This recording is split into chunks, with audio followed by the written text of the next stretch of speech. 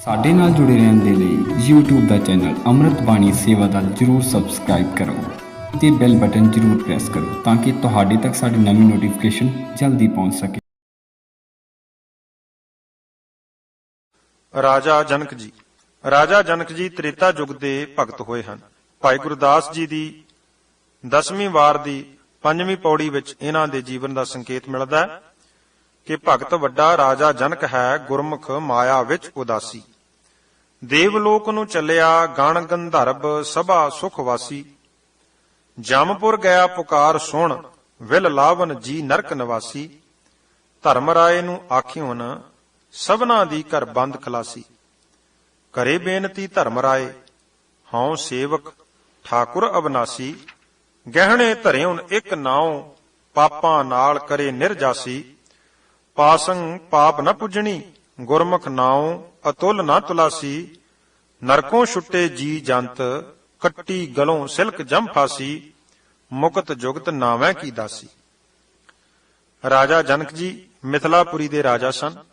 ਆਪ ਜੀ ਨੇ ਅਸ਼ਟਾਵਾਕਰ, ਇਹ ਇੱਕ ਰਿਸ਼ੀ ਹੋਏ ਜਿਨ੍ਹਾਂ ਦੇ ਸਰੀਰ ਨੂੰ 8 ਵਾਲ ਪੈਂਦੇ ਸਨ ਅਤੇ ਕੋਹੋੜ ਬ੍ਰਾਹਮਣ ਦੇ ਪੁੱਤਰ ਸਨ ਅਤੇ ਉਦਾਲਕ ਦੀ ਪੁੱਤਰੀ ਸੁਜਾਤਾ ਦੇ ਪੇਟੋਂ ਇਹ ਜਨਮੇ ਸਨ। ਸੋ ਉਹ ਅਸ਼ਟਵਾਕਰ ਜੀ ਪਾਸੋਂ ਇਹਨਾਂ ਨੇ ਗੁਰੂ ਦੀਖਿਆ ਪ੍ਰਾਪਤ ਕੀਤੀ।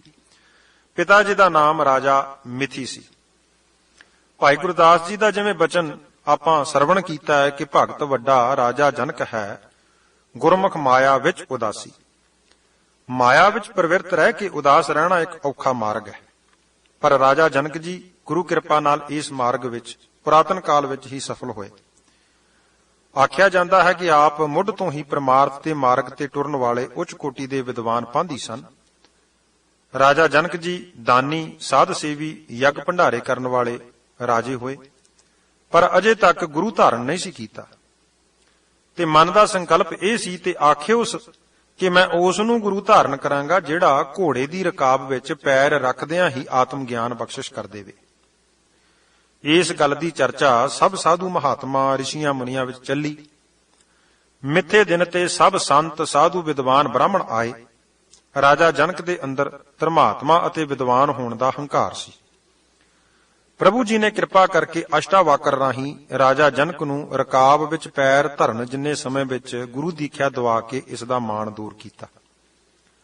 ਅਸ਼ਟਾਵਾਕਰ ਦੇ ਕੋਝੇ ਸਰੀਰ ਨੂੰ ਵੇਖ ਕੇ ਬਾਕੀ ਸਭਾ ਨੇ ਹਾਸਾ ਮਖੌਲ ਵੀ ਉਡਾਇਆ, ਪਰ ਅਸ਼ਟਾਵਾਕਰ ਜੀ ਨੇ ਰਾਜਾ ਜਨਕ ਨੂੰ ਘੋੜਾ ਮੰਗਵਾ ਕੇ ਪੈਰ ਰਕਾਬ ਤੇ ਰਖਵਾ ਕੇ ਆਖਿਆ ਕਿ ਰਾਜਾ ਜਨਕ, ਗੁਰੂ ਦੀਖਿਆ ਲੈਣ ਤੋਂ ਪਹਿਲਾਂ ਤਨ, ਮਨ, ਧਨ ਭਾਵ ਸਾਰਾ ਰਾਜ ਇਹਨਾਂ ਵਿੱਚੋਂ ਗੁਰੂ ਭੇਟਾ ਲਈ ਜ਼ਰੂਰ ਦੇਣਾ ਪਵੇਗਾ। ਰਾਜਾ ਜਨਕ ਮਨ ਵਿੱਚ ਵਿਚਾਰਨ ਲੱਗਾ ਕਿ ਸਰੀਰ ਵਿਆਹ ਪਿੱਛੋਂ ਰਾਣੀ ਨੂੰ ਦੇ ਚੁੱਕਾ ਹੈ, ਧਨ ਦੀ ਰਾਣੀ ਹੱਕਦਾਰ ਹੈ, ਮੇਰੇ ਪਾਸ ਹੋਰ ਤੇ ਕੁਝ ਹੈ ਨਹੀਂ। ਤੇ ਵਿਚਾਰ ਕੇ ਆਖ ਦਿੱਤਾ ਕਿ ਮਨ ਗੁਰੂ ਨੂੰ ਮੈਂ ਅਰਪਣ ਕਰਦਾ ਹਾਂ।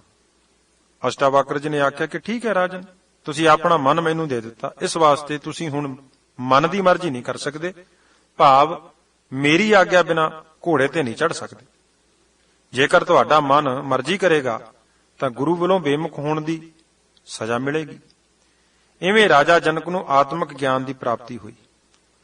ਚਰਨਾਂ ਤੇ ਨਮਸਕਾਰ ਕੀਤੀ, ਹਉਮੈ ਤੇ ਹੰਕਤਾ ਚਕਨਾਚੂਰ ਹੋ ਗਈ। ਸਾਰੇ ਰਿਸ਼ੀਆਂ ਮੁਨੀਆਂ ਦੀ ਸਭਾ ਵਿੱਚ ਪ੍ਰਸੰਨਤਾ ਦੀ ਲਹਿਰ ਦੌੜ ਗਈ। ਇਵੇਂ ਲੋਕ ਦਿਖਾਵੇ ਅਤੇ ਕੁਝ ਕਰਕੇ ਪ੍ਰਤਾਪ ਦਿਖਾਉਣ ਦੀ ਮਾੜੀ ਅਭਿਲਾਸ਼ਾ ਦਾ ਫੁਰਨਾ ਵੀ ਖਤਮ ਹੋ ਗਿਆ। ਰਾਜਾ ਜਨਕ ਪ੍ਰਭੂ ਸਿਮਰਨ ਵਿੱਚ ਜੁਟ ਗਏ। ਕਿਹਾ ਜਾਂਦਾ ਹੈ ਕਿ ਉਸ ਨੇ ਇੱਕ ਪੈਰ ਤੱਤੇ ਕੜਾਹੇ ਵਿੱਚ ਰੱਖਿਆ, ਦੂਜਾ ਪੈਰ ਮਹਾ ਸੁੰਦਰ ਰਾਣੀ ਦੀ ਛਾਤੀ ਤੇ ਰੱਖ ਦਿੱਤਾ, ਪਰ ਉਸ ਨੂੰ ਨਾ ਤਾਂ ਅੱਗ ਦੇ ਸਾੜਨ ਦੀ ਪੀੜਾ ਨੇ ਦੁਖੀ ਕੀਤਾ ਤੇ ਨਾ ਰਾਣੀ ਦੀ ਸੁੰਦਰਤਾ ਨੇ ਮੋਹਿਆ। ਰਾਜਾ ਜਨਕ ਬਿਲਕੁਲ ਅਡੋਲ ਅਵਸਥਾ ਵਿੱਚ ਰਹਿ ਕੇ ਪ੍ਰਭੂ ਸਿਮਰਨ ਕਰਦੇ ਰਹੇ। ਰਾਜਾ ਜਨਕ ਜੀ ਨੂੰ ਸੁਖਦੇਵ ਮੁਨੀ ਨੇ ਗੁਰੂ ਧਾਰਨ ਕਰਨਾ। ਭਾਈ ਗੁਰਦਾਸ ਜੀ ਦਾ ਫਰਮਾਨ ਹੈ ਕਿ 12 ਵਰੇ ਗਰਭਾਸ ਵਸ, ਜੰਮਦੇ ਹੀ ਸੁਖ ਲਈ ਉਦਾਸੀ। ਮਾਇਆ ਵਿੱਚ ਅਤੀਤ ਹੋਏ, ਮਨ ਹਠ ਬੁੱਧ ਨਾ ਬੰਦ ਖਲਾਸੀ। ਪਿਤਾ ਬਿਆਸ ਪ੍ਰਬੋਧਿਆ, ਗੁਰ ਕਰ ਜਨਕ ਸਹਿਜ ਅਭਿਆਸੀ। ਤਜ ਦੁਰਮਤ ਗੁਰਮਤ ਲਈ, ਸਿਰ ਧਰ ਝੂਠ ਮਿਲੀ ਸਾਬਾਸੀ। ਅਕਾਲ ਪੁਰਖ ਜੀ ਦੀ ਮਿਹਰ ਹੋਈ। ਰਾਜਾ ਜਨਕ ਜੀ ਨੂੰ ਅੰਤਰਜਾਮਤਾ ਤੇ ਤੁਰਿਆ ਪਦ ਦੀ ਪ੍ਰਾਪਤੀ ਹੋ ਗਈ। ਹਰ ਭੰਡਾਰੇ ਤੇ ਸੰਤ ਮਹਾਤਮਾ ਪੁੱਜਦੇ ਅਤੇ ਆਤਮਿਕ ਮੰਡਲ ਦੇ ਆਨੰਦ ਮਾਣਦੇ। ਇਵੇਂ ਰਾਜਾ ਜਨਕ ਜੀ ਗੁਰਮੁਖ ਮਾਇਆ ਵਿੱਚ ਉਦਾਸੀ ਦੀ ਅਵਸਥਾ ਵਿੱਚ ਪੁੱਜੇ ਹੋਏ ਸਨ। ਜਗਤ ਵਿੱਚ ਭਾਵੇਂ ਕੋਈ ਕਿੱਡਾ ਵੀ ਭਜਨੀਕ ਤਪਸਵੀ ਤਿਆਗੀ ਬਣ ਜਾਵੇ, ਜਦ ਤੱਕ ਹਉ ਹੰਕਤਾ ਦਾ ਨਾਸ਼ ਨਹੀਂ ਹੁੰਦਾ, ਉਹਨਾਂ ਚਿਰ ਨਾ ਤਾਂ ਉਹਨਾਂ ਦਾ ਮਨ ਪ੍ਰਭੂ ਜੀ ਦੀ ਪ੍ਰੇਮਾ ਭਗਤੀ ਵਿੱਚ ਲੀਨ ਹੁੰਦਾ ਹੈ ਤੇ ਨਾ ਹੀ ਪੂਰਨ ਪਦਵੀ ਦੀ ਦਾਤ ਪ੍ਰਾਪਤ ਹੁੰਦੀ ਹੈ। ਇਵੇਂ ਹੀ ਸੁਖਦੇਵ ਮੁਨੀ, ਜਿਹੜੇ ਕਿ ਸ਼ਿਵ ਜੀ ਪਾਸੋਂ ਅਮਰ ਕਥਾ ਸੁਣ ਕੇ ਪੂਰਬਲੇ ਜਨਮ ਵਿੱਚ ਹੀ ਤੋਤੇ ਦੇ ਰੂਪ ਵਿੱਚ ਅਮਰਨਾਥ ਦੇ ਸਥਾਨ ਤੇ ਮੁਕਤ ਹੋ ਚੁੱਕੇ ਸਨ, ਪਰ ਜਨਮ ਧਾਰ ਕੇ ਸੁਖਦੇਵ ਮੁਨੀ ਬਣੇ, ਤਪੱਸਿਆ ਕੀਤੀ ਪਰ ਅਹੰਕਾਰ ਨਾ ਤਿਆਗਿਆ। 12 ਵਰ੍ਹਿਆਂ ਦਾ ਹੋ ਕੇ ਇੱਕ ਵੈਰਾਗੀ ਅਤੇ ਤਿਆਗੀ ਮਹਾਤਮਾ ਬਣ ਕੇ ਜੰਗਲ ਵਿੱਚ ਤਪ ਕਰ ਰਿਹਾ ਸੀ। ਹੰਕਾਰ ਦਿਨ ਪ੍ਰਤੀ ਦਿਨ ਵੱਧਦਾ ਗਿਆ। ਸੁਖਦੇਵ ਜੀ ਆਪਣੇ ਪਿਤਾ ਬਿਆਸ ਰਿਖੀ ਨੂੰ ਕਦੀ-ਕਦੀ ਜ਼ਰੂਰ ਮਿਲਦੇ।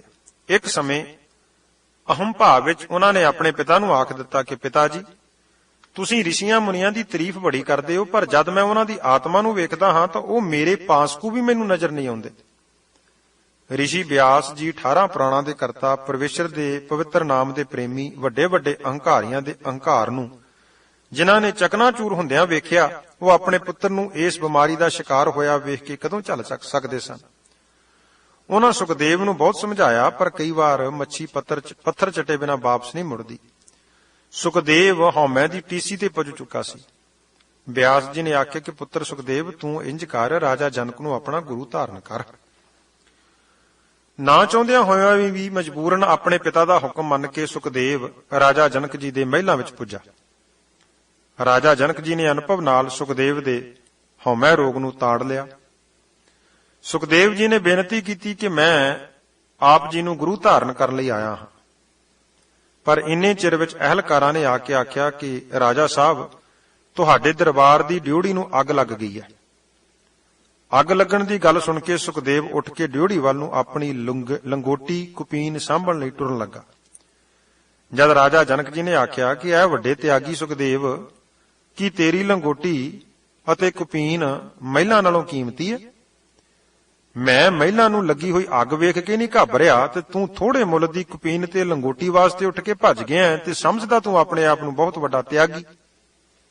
ਹੰਕਾਰ ਆਪਣੇ ਮਨ ਵਿੱਚ ਤੂੰ ਆਪਣੇ ਆਪ ਨੂੰ ਤਿਆਗੀ ਤੇ ਵੈਰਾਗੀ ਹੋਣ ਦਾ ਪਾਲ ਰੱਖਿਆ ਹੈ। ਤੂੰ ਅਜੇ ਤਿਆਗ ਤੇ ਵੈਰਾਗ ਦੀ ਪਦਵੀ ਤੇ ਨਹੀਂ ਪੁੱਜਾ। ਤੂੰ ਕਿਸੇ ਹੋਰ ਦੀ ਭਾਲ ਕਰ। ਮੇਰੀ ਨਿਗਾਹ ਵਿੱਚ ਤਾਂ ਤੂੰ ਅਜੇ ਗੁਰੂ ਧਾਰਨ ਕਰਨ ਦੇ ਯੋਗ ਹੀ ਨਹੀਂ। ਨਿਰਮਾਣਤਾ ਸਿੱਖ ਤੇ ਹਉਮੈ ਦਾ ਤਿਆਗ ਕਰਕੇ ਫੇਰ ਮੇਰੇ ਪਾਸ ਆਈ। ਸੁਖਦੇਵ ਜੀ ਨੂੰ ਆਪਣੀ ਊਣਤਾਈ ਮਹਿਸੂਸ ਹੋਈ, ਪਰ ਹੱਠ ਕਰਕੇ ਦਰਵਾਜ਼ੇ ਅੱਗੋਂ ਨਾ ਹਟਿਆ। ਤਦ ਦੁਬਾਰਾ ਜਨਕ ਜੀ ਨੇ ਕਿਹਾ, ਸੁਖਦੇਵ, ਜੇਕਰ ਜ਼ਰੂਰੀ ਸਾਨੂੰ ਗੁਰੂ ਧਾਰਨਾ ਹੈ ਨਾ, ਤਦ ਮਹਿਲਾਂ ਦੇ ਪਿਛਲੇ ਪਾਸੇ ਜਾ ਕੇ ਖੜੋ ਜਾ। ਜਦੋਂ ਤੱਕ ਸੱਦੀਏ ਨਾ ਉੱਥੋਂ ਹਿੱਲਣਾ ਨਹੀਂ।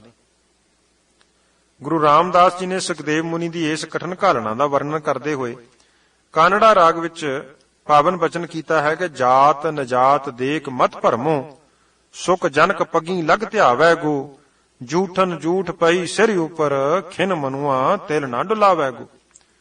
ਦੱਸਦੇ ਨੇ ਕਿ ਅਡੋਲ ਚਿੱਤ ਵਿੱਚ ਆਪਣੇ ਗੁਰੂ ਦਾ ਹੁਕਮ ਮੰਨ ਕੇ 12 ਵਰ੍ਹੇ ਸੁਖਦੇਵ ਜੀ ਉਸ ਰਾਜਾ ਜਨਕ ਦੇ ਮਹੱਲ ਦੇ ਪਿੱਛੇ ਖੜੇ ਰਹੇ। ਸਿਰ ਉੱਪਰ ਜੂਠੀਆਂ ਪੱਤਲਾਂ ਪੈਂਦੀਆਂ ਰਹੀਆਂ। ਇੰਨੇ ਚਿਰ ਵਿੱਚ ਹਉਮੈ ਦੀ ਸਖਤ ਮੈਲ ਸਹਿਜੇ ਸਹਿਜੇ ਘਟਦੀ ਘਟਦੀ ਖਤਮ ਹੋ ਗਈ।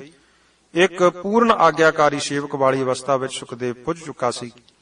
ਪ੍ਰੀਖਿਆ ਵਿੱਚ ਪੂਰਨ ਸਫਲ ਹੋ ਚੁੱਕੇ ਸੁਖਦੇਵ ਜੀ ਨੂੰ ਰਾਜਾ ਜਨਕ ਜੀ ਨੇ ਪ੍ਰਭੂ ਜੀ ਦੇ ਨਾਮ ਦੀ ਸਿਮਰਨ ਦੀ ਦੀਖਿਆ ਦਿੱਤੀ ਅਤੇ ਸੁਖਦੇਵ ਇਸ ਤਰ੍ਹਾਂ ਪ੍ਰਸਿੱਧ 8 ਮੁਨੀਆਂ ਵਿੱਚੋਂ ਇੱਕ ਮੁਨੀ ਬਣ ਗਿਆ। ਰਾਜਾ ਜਨਕ ਜੀ ਦੇ ਜੀਵਨ ਦੀ ਇੱਕ ਬਹੁਤ ਵੱਡੀ ਘਟਨਾ ਇਸ ਤਰ੍ਹਾਂ ਹੁੰਦੀ ਹੈ ਕਿ ਨਰਕ ਖਾਲੀ ਉਹਨਾਂ ਨੇ ਕਰਵਾ ਦਿੱਤੇ। ਜਨਕ ਬੈਠੇ ਸਿੰਘਾਸਨ, ਗੁਰੂ ਰਾਮਦਾਸ ਸਾਹਿਬ ਪਾਤਸ਼ਾਹ ਜੀ ਦਾ ਬਚਨ ਹੈ। ਜਨਕ ਦਾ ਪ੍ਰਤਾਪ ਇੰਨਾ ਵਧਿਆ ਕਿ ਅੱਗੋਂ ਇਸ ਕੁੱਲ ਵਾਲਿਆਂ ਨੇ ਆਪਣੇ ਨਾਂ ਨਾਲ ਜਨਕ ਸ਼ਬਦ ਦੀ ਵਰਤੋਂ ਆਰੰਭ ਕਰ ਦਿੱਤੀ। ਸੀਤਾ ਜੀ ਦੇ ਪਿਤਾ ਜਨਕ ਜੀ ਵੀ ਗੁਰਮੁਖ ਮਾਇਆ ਵਿੱਚ ਉਦਾਸੀ ਗੁਰਮੁਖ ਰਾਜੇ ਜਨਕ ਜੀ ਦੀ ਬੰਸ ਵਿੱਚੋਂ ਸਨ। ਕਹਿੰਦੇ ਨੇ ਕਿ ਜਦੋਂ ਅੰਤ ਸਮਾਂ ਰਾਜਾ ਜਨਕ ਜੀ ਦਾ ਆਇਆ ਤਦ ਦੇਵਤਿਆਂ ਦੀ ਭਾਰੀ ਕੁਲਾਹਲ, ਤਰ੍ਹਾਂ ਤਰ੍ਹਾਂ ਦੇ ਵਾਜਿਆਂ ਨਗਾਰਿਆਂ ਦੀ ਆਵਾਜ਼ ਹੁੰਦਿਆਂ ਆਕਾਸ਼ ਵਿੱਚ ਰਾਜਾ ਜਨਕ ਜੀ ਦਾ ਬਵਾਨ ਦੇਵਪੁਰੀ ਵੱਲ ਲੈ ਕੇ ਟੁਰੇ। ਜਾਂਦਿਆਂ ਜਾਂਦਿਆਂ ਰਾਜਾ ਜਨਕ ਜੀ ਦਾ ਹੁਕਮ ਮੰਨ ਕੇ ਦੇਵਗਣ ਵਿਵਾਨ ਲੈ ਕੇ ਨਰਕਾਂ ਦੇ ਨੇੜੇ ਪੁੱਜ ਗਏ। ਨਰਕ ਨਿਵਾਸੀ ਜੀਵਾਂ ਦੀਆਂ ਚੀਕਾਂ ਪੁਕਾਰਾਂ ਜਨਕ ਜੀ ਨੇ ਸੁਣੀਆਂ।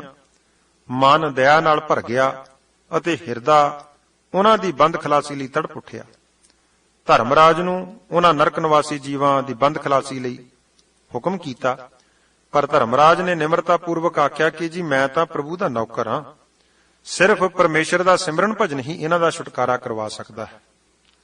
ਹੋਇਆ ਇਵੇਂ ਕਿ ਰਾਜਾ ਜਨਕ ਜੀ ਨੇ ਸੰਕਲਪ ਕਰਕੇ ਤੱਕੜ ਦੇ ਇੱਕ ਪਾਸੇ ਪਰਮੇਸ਼ਰ ਜੀ ਦਾ ਪਵਿੱਤਰ ਨਾਮ ਲਿਖ ਕੇ ਰੱਖ ਦਿੱਤਾ, ਦੂਜੇ ਪਾਸੇ ਧਰਮਰਾਜ ਨੇ ਪਾਪੀ ਜੀਵਾਂ ਦੇ ਪਾਪ ਕਰਮਾਂ ਦਾ ਲੇਖਾ ਜੋਖਾ ਰੱਖ ਦਿੱਤਾ। ਪਰ ਪਾਪੀ ਜੀਵਾਂ ਦੇ ਪਾਪਾਂ ਦਾ ਭਾਰ ਪ੍ਰਭੂ ਜੀ ਦੇ ਨਾਮ ਦੇ ਮੁਕਾਬਲੇ ਪਾਸਕੂ ਜਿੰਨਾ ਭਾਰ ਵੀ ਨਾ ਬਣ ਸਕਿਆ। ਸਾਰੇ ਨਰਕ ਖਾਲੀ ਹੋ ਗਏ। ਸਭ ਜੀਵ ਜੰਤੂਆਂ ਦੀ ਬੰਦ ਖਲਾਸੀ ਰਾਜਾ ਜਨਕ ਜੀ ਨੇ ਕਰਵਾਈ। ਆਪ ਰਾਜਾ ਜਨਕ ਜੀ ਠਾਕਰ ਅਵਨਾਸ਼ੀ ਪ੍ਰਭੂ ਜੀ ਦੇ ਪਵਿੱਤਰ ਦਰਬਾਰ ਵਿੱਚ ਪੁੱਜ ਗਏ। ਹੇ ਆਤਮਾ, ਵੇਖ, ਪ੍ਰਭੂ ਜੀ ਦੇ ਪਵਿੱਤਰ ਨਾਮ ਦੀ ਸ਼ਕਤੀ ਸਾਰੇ ਕੁੰਭੀ ਨਰਕ ਖਾਲੀ ਹੋ ਗਏ। ਕੇਵਲ ਨਾਮ ਦੇ ਆਸਰੇ ਸਭ ਦੇ ਦੁੱਖਾਂ ਦਾ ਛੁਟਕਾਰਾ ਹੋ ਗਿਆ। ਇਸ ਲਈ ਤੂੰ ਵੀ ਅਹੰਕਾਰ ਦਾ ਤਿਆਗ ਕਰਕੇ ਪ੍ਰਭੂ ਜੀ ਦਾ ਪਵਿੱਤਰ ਨਾਮ ਅੱਠੇ ਪਹਿਰ ਸਿਮਰਨਾ ਕਰ, ਤਾਂ ਜੋ ਤੇਰੀ ਵੀ ਕਲਿਆਣ ਹੋ ਜਾਵੇ।